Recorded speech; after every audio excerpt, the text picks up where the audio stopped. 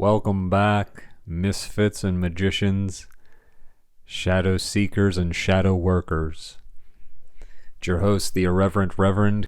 I wanted to devote today's episode to talking a little bit more about the shadow work practice that I offered this year at Sol Fest Erie, and more about what that process has meant for me and what I've learned from it going forward. So we'll just dive right into today's sermon, shadow work and healing our shadows together. Amen. All women, all them. Like I mentioned in my demonstration, I knew I had shadows that I wanted to work with. I knew I had parts of myself that I wanted to bring back to the light, although at the time I would have probably said, I have parts of myself that I don't like and want to get rid of. But the thing about this shadow work that I presented and what I'm going to talk about today is it's not so much about getting rid of a part of ourselves. It's about transmuting those energetic imprints that are seen as bad or wrong, aka the shadows, transmuting those energetic imprints into something useful or helpful, like the allies. We're not getting rid of any part of ourself. We're recontextualizing that energetic imprint, that energetic story, if you will. So it could be said the size of the shadow directly correlates with the size of the ally.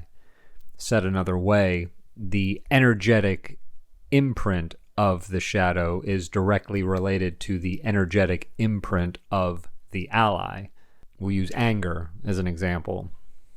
If you have a lot of big anger, a lot of feelings related to anger, that just means that on the other side of this work, there is an equal amount of peace, love, acceptance, understanding, whatever it is in equal measure in a more positive, helpful, compassionate realm.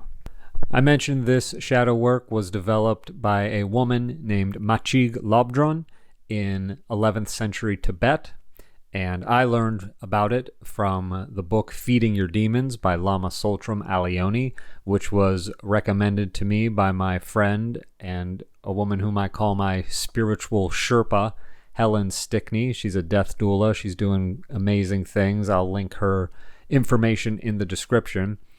But I was having a conversation with her very early on in my spiritual journey about shadow work, about wanting to do that work, and she recommended this book, and she's never steered me wrong before, and I'm grateful for that. What I didn't get into at Sol Fest, because I wanted to practice being succinct, was a little bit about how Machig Labdrön came upon this practice that I shared.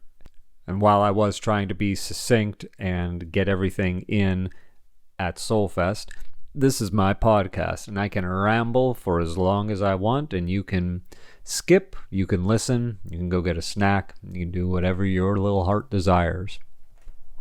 Imagine, if you will, you're a 20-something-year-old woman in 11th century Tibet, and you're at a monastery because you're becoming a holy woman, a nun, and it's the night where you're receiving your blessings. And there you are, sitting in meditation, when all of a sudden you begin swaying, vibrating, and this vibration increases until it lifts you up and carries you through the wall.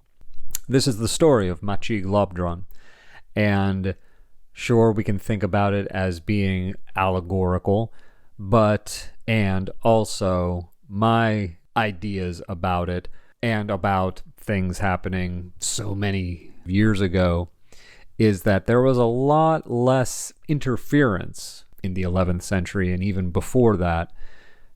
No cell phone towers, no electricity in the way that we have it now, nothing really taking our attention away or tethering us here to this earthly realm. So did she vibrate through the wall, or did she just get up and walk outside? It almost doesn't matter, because what happens next is what's really important. Whether she vibrated through the wall or walked out the door, she found herself at the top of a tree in the middle of a lake, where she disrobed and continued to have this spiritual experience. Whenever I disrobe and have a spiritual experience, I just get asked to leave Trader Joe's and never come back. So, another thing that we are working with as a deficit in this quote-unquote modern age that they didn't have to worry about in the 11th century. Now, this particular tree in this particular lake belonged to a Naga, a water spirit. And this Naga did not like this 20-year-old naked spiritual woman being up in his tree. Really, who can blame him? If I saw someone up in my tree, I would just ask them to leave. I'm not sorry. So this Naga, upset, irritated that this woman is in his tree, comes at her with all of his water serpent powers. But Machig remains unaffected by this demon. Of course, the demon doesn't like that.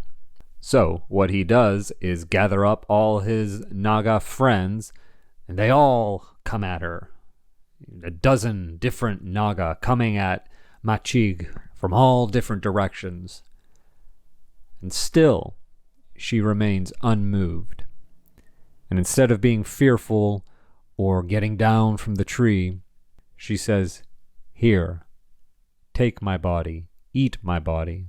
And with this one act of moving toward these demons instead of moving away from them, everything changed.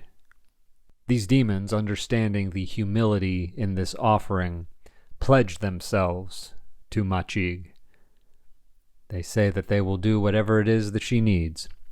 Unfortunately, she was a holy woman, so she didn't send them out massacring the Tibetan countryside. And we can see this in the modern version of this that Lama Tsultrim Allione outlines in her book, Feeding Your Demons, where we conjure up a demon, anger, disappointment, frustration, bitterness, what have you, and we invite it to sit with us. We sit across from an open pillow or the open end of a yoga mat, and we invite this shadow, this demon, to appear.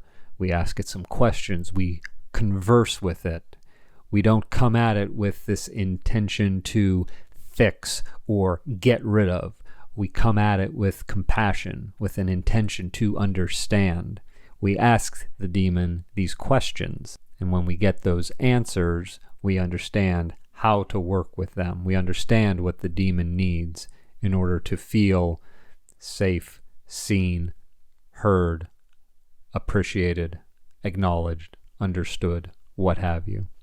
And there's a great talk that Lama Tsultrim Allione does that I will also link below, where she compares this story of Machig receiving the blessings and the support of the Naga with the story of Hercules. You'll remember from the Disney movie and maybe your Greek classes that there was a many-headed hydra, a different kind of water spirit that was terrorizing a town, and it was one of Hercules' labors to defeat this many-headed hydra. And so he went down to where the hydra was hydraing with his cousin, Hercules' cousin, not the hydra's cousin. Although in the story, the hydra did have an ally of his own, a giant crab. And I'm not going to make a joke about crabs. You can make that on your own. This is a highbrow show. We don't stoop to that kind of toilet humor here. So Hercules and his cousin go down to confront the Hydra, and if you've seen the Disney movie or are familiar with the story, then you know how it goes. He cuts off a head and 2 more take his place. And I'm just laughing now because I'm remembering in this video where Lama Soltram is talking about this, she equates it to the war on terror. It's not hard to see that still in effect today in 2025. So Hercules is cutting off heads and more are popping up, and his cousin, whose name I am blanking on, Eurystheus.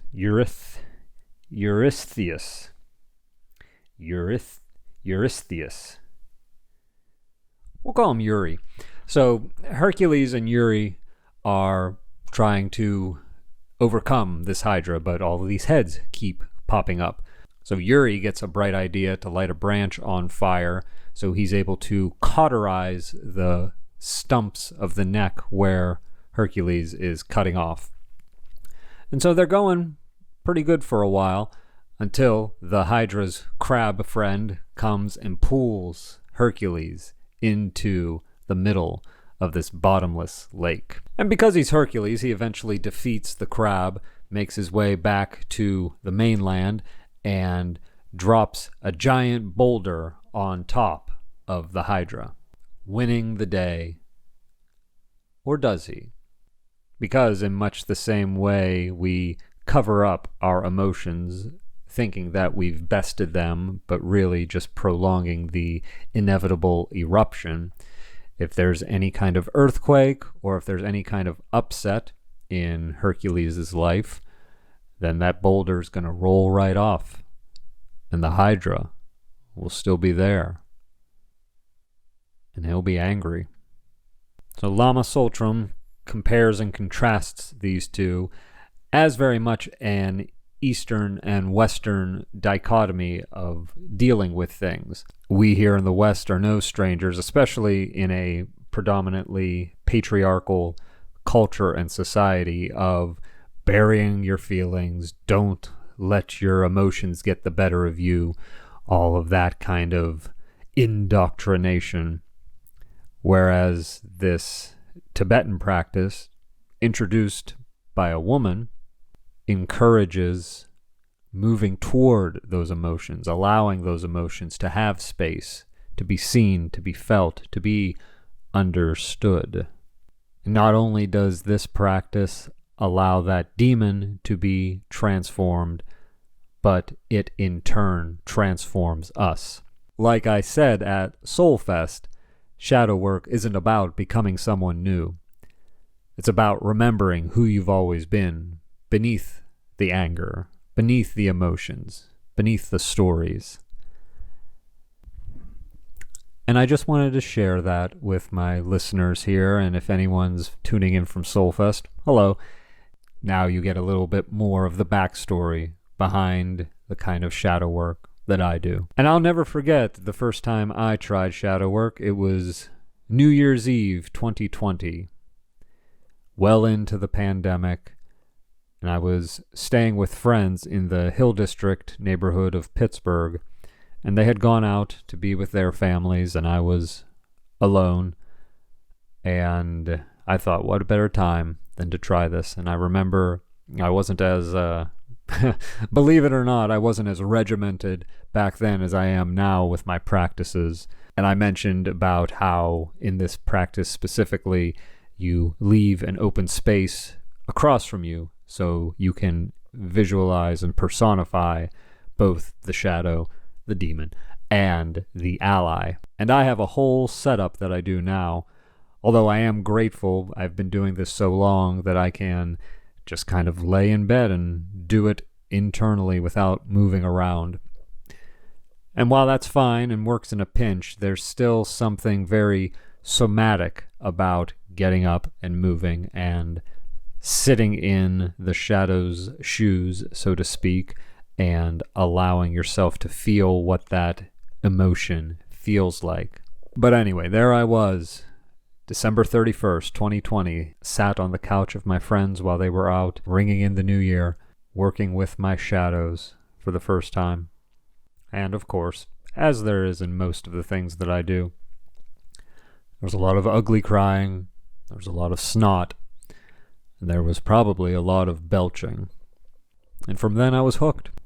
Because it wasn't just about passive-aggressively journaling about a shadow aspect or anything like that. And not to knock that. I know that sounds kind of glib the way I said that, but like I was saying, this is a much more somatic, tangible practice.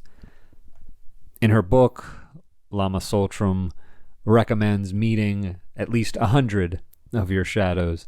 And I remember in my youthful optimism and exuberance thinking, 100 shadows? Oh, wow, that's 2 every weekend. I'll be able to knock this out in a year. And at the time of recording this, it's June 2025, solstice, and I just counted today, and I have met 52. And like most practices or rituals or things of that nature, I'm not sure if I need to get to 100, but I am grateful that I have this in my spiritual toolbox, and I am grateful that I get to share it with folks. And whenever I do this practice, either one-on-one with someone or in a group setting, I'm always blown away by the bravery of the folks that I'm working with. Because, like I was saying, in this culture, in this paradigm, moving toward our unpleasant emotions isn't something we are encouraged or taught how to do. So I'm grateful to work with those kinds of folks, and I'm grateful that I have this knowledge to share, and I'm grateful for my friend Helen introducing me to this, and I'm grateful that Machig vibrated through the wall thousands of years ago. 1,000? In the 11th century. And so, my friends, may your solstice be bright, may you befriend all your shadows, and may your allies show up exactly in the way that you need them to. Amen. All women. All them. Bing, bang, bong. Hey, there's no burping here. I just wanted to let you know I'm working on a new project that's very community-based, very community-driven.